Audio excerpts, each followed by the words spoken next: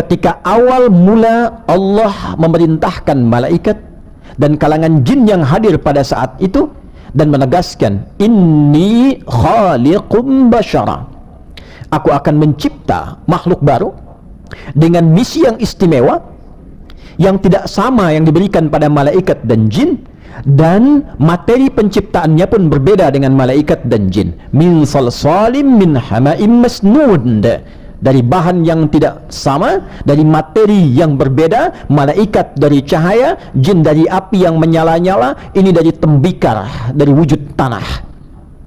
Fa idza sawaituhu, bila fisiknya sudah terbentuk secara fisikal, wa nafakhtu fihi min ruhi, lalu ditiupkan roh ke dalamnya atas izinku, bersumber dariku, kata Allah, faqa'u lahu sajidin, maka hormatlah kepada makhluk ini dengan perintahku atas keagungan misi yang diberikan kepadanya. Proses penciptaan kita sebagai manusia diistimewakan oleh Allah dalam Al-Quran, bukan sekedar tampilan penciptaannya, tapi membawa risalah kehidupan yang sangat penting, yang bahkan risalah ini tidak diamanatkan pada malaikat bahkan jin. Yang saking pentingnya setiap kita diminta mempelajari, mendalami, dan ingat ini sebagai kebanggaan dalam kehidupan kita, yang dengan kebanggaan itu, keistimewaan ini, bila benar tugas ini dilakukan, sempurna dijalankan, malaikat pun diperintahkan hormat.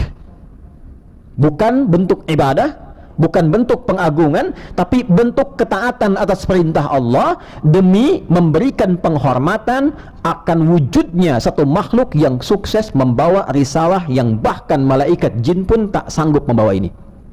Untuk menyempurnakan itu, maka yang pertama, dibentuklah fisiknya secara sempurna. Turun keterangan di Quran surah ke-95 di ayat yang keempat, laqad khalaqnal insana fi ahsani taqwim.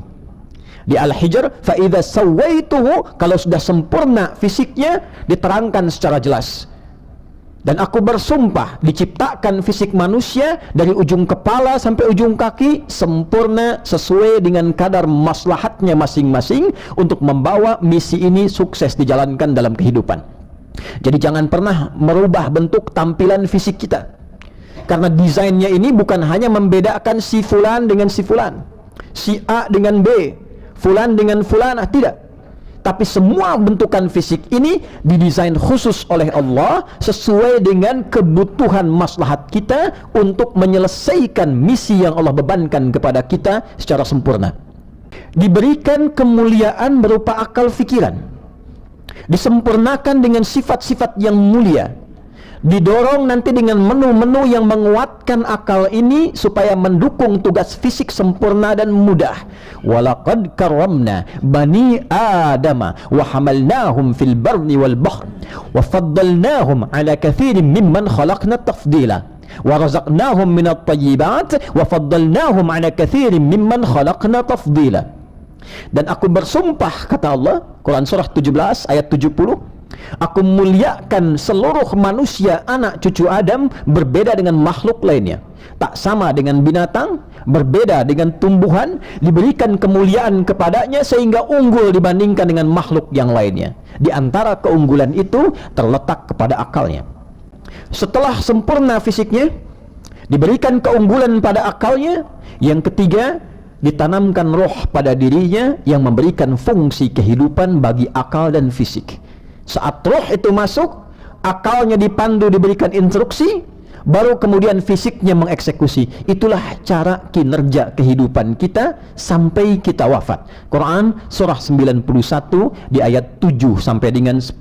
Wa nafsi wa ma sawaha fa alhamaha fujuraha wa taqwaha. Qad aflaha man zakkaha wa qad khaba man dassaha. Sempurna fisiknya, akalnya sudah ditanamkan, dihadirkan rohnya untuk membawa unsur kehidupan. Dengan roh itulah kita hidup, dengan roh itulah akal kita berkembang, dengan roh itulah fisik kita beraktivitas, berinteraksi dalam kehidupan. Hilang rohnya, hilang semua fungsi dan tugas dari akal, selesai pekerjaan fisiknya. Tiga ini. Jadi secara singkat, konstruksi kehidupan kita dimulai dari roh memberikan panduan kepada akal, Akal memberikan instruksi, dikonstruksikan perintah roh kepada fisik, dikerjakan secara cepat, sepersekian detik. Mata melihat, telinga mendengar, lisan bicara, sampai kaki melangkahkan untuk mengarahkan apa yang kita butuhkan untuk menyelesaikan misi kita. Maka muncullah kemudian menu-menu yang menyehatkan ketiganya ini, supaya misi kehidupan kita bisa dijalani dengan benar. Maka turun Quran misalnya surah kedua Al-Baqarah ayat 168 supaya memandu kita mengonsumsi makanan yang menyehatkan fisik. Ya ayyuhan nasu kulu mimma fil ardi halalan thayyiba. Hai manusia, dimanapun kau beraktivitas, dimanapun kau tinggal, rawat fisikmu, rawat tubuhmu dengan cara mengonsumsi hal yang menyehatkan bagi tubuhmu, dan dapatkan itu dengan cara yang legal. Di bahasa Quran sederhana, silahkan mau 4 sehat 5 sempurna, 5 sehat 6 sempurna, sekian sehat sekian sempurna. Yang penting dapatkan dengan cara yang halal, bekerjanya yang benar, jangan melanggar hukum, kerjakan yang baik supaya tidak terganggu. Pengertian terbaliknya, mendapatkan rezeki dengan cara yang tidak benar juga akan berpengaruh kepada fisik. Silahkan konsumsi hal yang menyehatkan bagi tubuh. Tidak semua yang diinginkan mesti dimakan, sepanjang itu tidak menyehatkan tubuh. Muncullah menu-menu, ini silahkan, yang dimakan bebas, yang ini hati-hati. Jangan konsumsi minuman yang bisa merusak kepada akal dan pikiran. Jangan makan makanan ini yang diharamkan, karena dampaknya pada tubuh akan seperti ini. Maka muncul makanan yang diharamkan, minuman yang diharamkan. Bukan ingin membatasi konsumsi kita, menjaga supaya tubuh ini tetap sehat, sehingga misi kehidupan bisa dijalankan dengan prima. Lalu diberikan menu bagi akal. Iqra bismi rabbikal ladzi khalaq. Itu coba stimulus fungsi akalmu supaya keluar potensimu. Baca, riset, afala yanzuruna ilal ibli kaifa khuliqat, ya, afala tatasakkarun. Gunakan akalmu untuk bisa merenungkan berbagai hal, membuat visi-visi kehidupan, tambah dengan riset, mitigasikan setiap apa yang ingin kita kerjakan. Afala yatadabbarun, belajar dari setiap kejadian untuk diambil hikmahnya, dibawa menjadi panduan kehidupan kita. Ada tafakkur, ada tadabbur, ada tadzakur, ada qiraah, ada tanavvur. Semua itu menu-menu akal yang digunakan untuk menyehatkan akal kita. Fisiknya sehat, akalnya sehat. Tidak ada orang yang belajar dari panduan ini, kecuali silahkan Anda cek semua yang diajarkan oleh Nabi Sallallahu Alaihi Wasallam. Bahkan di masa itu yang terbatas perangkat hidupnya, tidak ada media sosial, tidak ada kemudahan seperti sekarang, tapi fisik mereka sehat-sehat, akal mereka tajam-tajam, wawasan mereka begitu luas. Ke tempat manapun mereka ada, membuka tempatnya, hadir peradaban. Tubuh butuh makan, akal butuh juga makanan, butuh konsumsinya. Roh kita juga butuh menunya. Roh ini juga butuh menu, yang kalau tidak disupport dengan menu-menu itu, lemah dia, selesai dia. Maka muncul penyakit-penyakit rohiyah, penyakit hati, irinya iri hati, tidak ada iri akal, dengki, malas, hal-hal yang kotor muncul dalam jiwa.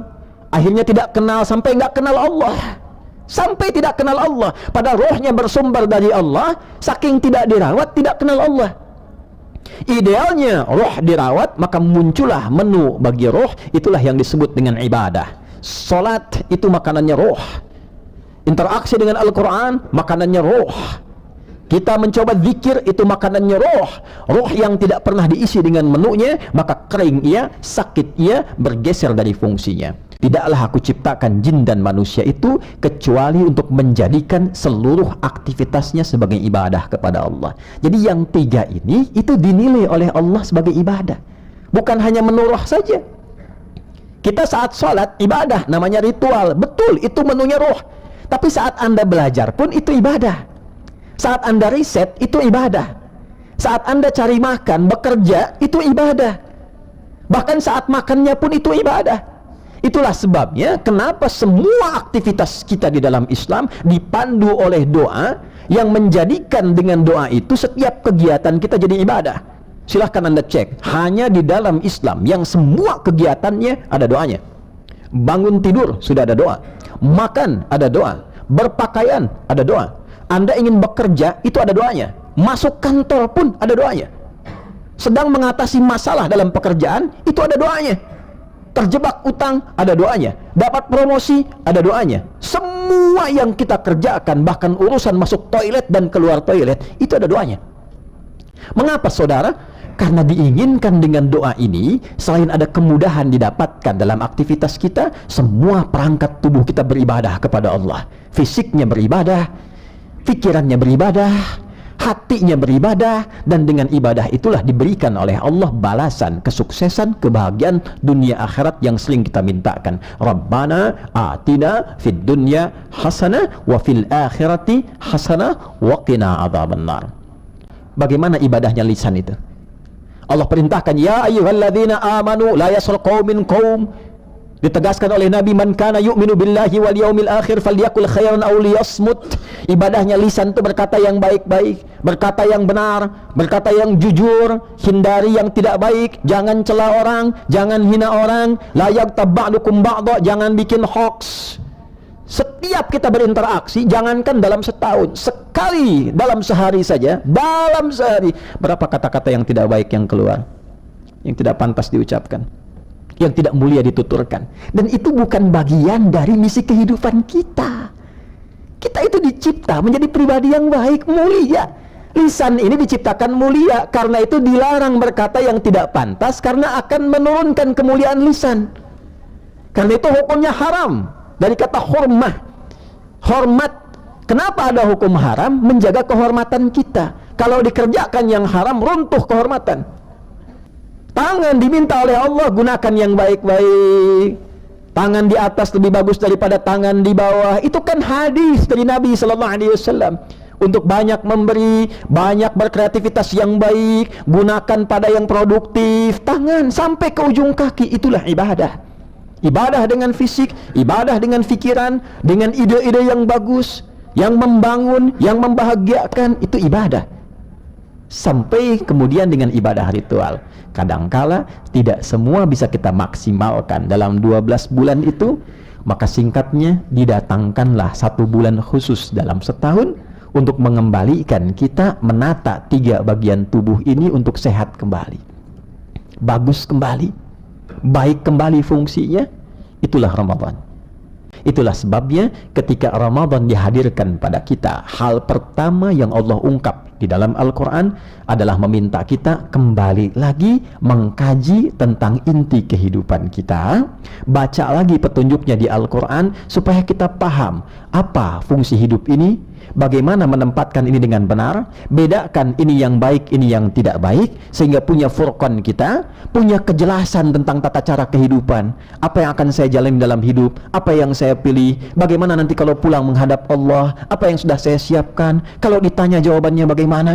Itulah sebabnya statement pertama dalam Al-Quran diungkap, Syahrul Ramadan alladzi unzila fihi al-Quran hudan linnas wa bayyinatin minal huda wal furqan. Bukan bulan Ramadan yang diturunkan Al-Quran di dalamnya.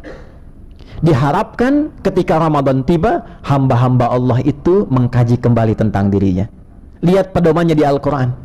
Pahami apa kebutuhan fisiknya, kebutuhan intelektualnya, kebutuhan spiritualnya, supaya dia mengerti sebagai manusia apa tanggung jawab hidupnya. Hudal linnas wa bayyinatin minal huda wal furqan. Diberilah kejelasan di Quran. Ini loh yang harus dikerjakan begini. Bedakan, ini yang gak bagus untuk tubuhmu, ini yang baik. Ini bagus untuk akalmu, ini baik. Ini bagus untuk rohmu, ini gak baik. Setelah paham itu, silahkan buat misi yang baru. Petakan dari kekinian apa yang akan dijalankan 11 bulan berikutnya. Itulah sebabnya kenapa Ramadan diberi nama dengan madrasah, pusat pendidikan untuk seluruh bagian tubuh kita. Tidak ada orang puasa kecuali bertambah wawasannya. Silahkan ada cek Imam Syafi'i, Imam Malik gurunya, Imam Abu Hanifah, Imam Ahmad muridnya Imam Syafi'i, dan ulama-ulama yang lainnya, tokoh-tokoh besar. Ketika datang Ramadan, ide mereka bertambah, akal kekuatannya meningkat, visi-visi datang. Ya, di militer kemudian terjadi apa yang disebut pertahanan Badar, diserang 1000 orang, dipertahankan 300 orang. Bagaimana menyusun strateginya? Bagaimana menyiapkannya, membangun visinya? Padahal orang-orang ini bukan kalangan profesional, orang-orang kebun. Terpaksa dengan keadaan harus mempertahankan wilayahnya, bela diri, resolusi turun untuk berjihad 300 lawan 1000 kurang lebih, dan berhasil. Dan tidak cukup sampai situ. Ramadan itu bulan intelektual, banyak pengkajian, banyak wawasan, banyak visi. Seharusnya di tempat Anda bekerja, di tempat Anda beraktivitas, di perusahaankah, di kampuskah, Ramadan itu menghidupkan ide-ide baru. Pengkajiannya berkembang, R&D-nya hidup, riset and development-nya, kaji lagi, ide apa yang bisa dimunculkan. Karena makannya nggak terlalu banyak, ngantuknya sedikit, porsi makannya terukur, waktunya terukur, ide berkembang. Itulah tempat diskusi, tempat kita merumuskan visi. Ke rumah dibawa lagi, di rumah tangga akan bagaimana. Itulah Ramadan. Esensi puasa itu engkau mendapatkan perisai, benteng dalam tubuhmu yang menjaga engkau dari perbuatan yang tidak baik dan merubah engkau menjadi pribadi yang paripurna. Fala yarfuth wala yajhal. Maka kalau engkau lulus puasamu, benar puasamu, engkau bisa menata fisikmu, terutama lisanmu sebagai juru bicara dirimu. Jangan katakan yang tidak baik, karena engkau telah berubah menjadi pribadi yang baik. Wala yajhal, engkau tidak akan bertindak yang tidak pantas lagi. Wa ini mru'un syatamahu au qatalahu falyaqul inni shaimun marrataini. Jikapun ada orang yang memprovokasi, mengajak pada yang tidak baik, maka engkau mengatakan pada dirimu, aku sudah puasa, aku sedang puasa, aku sudah puasa, harus berubah menjadi pribadi yang lebih baik. Walladzi nafsi biadih, aku bersumpah demi jiwaku yang digenggam oleh Allah Subhanahu wa taala, la khulufu famis shaimi atyabu 'indallahi taala min rihil miski. Kalau ada orang sukses puasanya begini, merubah dirinya menjadi semakin lebih baik, fisiknya baik, akalnya baik, jiwanya baik, maka Allah akan muliakan ia saat bangkit di hari kiamat. Bangkit dengan tanda ada keluar bau harum di lisannya.